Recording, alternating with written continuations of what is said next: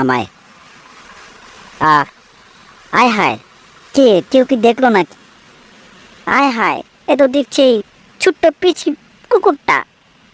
এই টম দাঁড়াও, তোমার জরিমানা করা হবে। তুমি নোংরা পায়ে ঘরের ভিতর ঢুকেছ, এই জন্য তোমাকে জরিমানা করা হবে। এই পুচকি বলে কি, সে নাকি আমার জরিমানা করবে? হ্যাঁ, এই পুচকি তুই জানিস আমি কে? আমি এ বাড়ির একমাত্র বিড়াল। দাঁড়াও, তুই নাও, এই নাও তোমার জরিমানা। এটা ঠিক মতো পড়ো, আর কখনো এরকম করবে না। এরকম করলে কিন্তু তোমার শাস্তি হবে।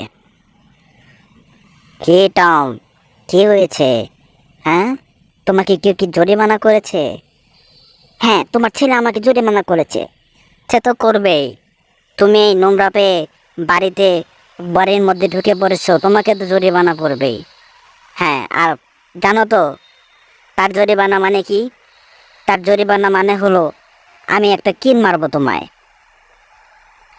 তুমি কি জানো আমি তোমায় কেন একটা ঘুষি মারবো? কারণ তুমি এই ময়লা পেয়ে বাড়িতে এসেছো। এই নাও তাহলে কেউ যা, এই খুশির কথা মনে থাকলে আর কখনো এরকম কাজ করবে না। যাই আমি।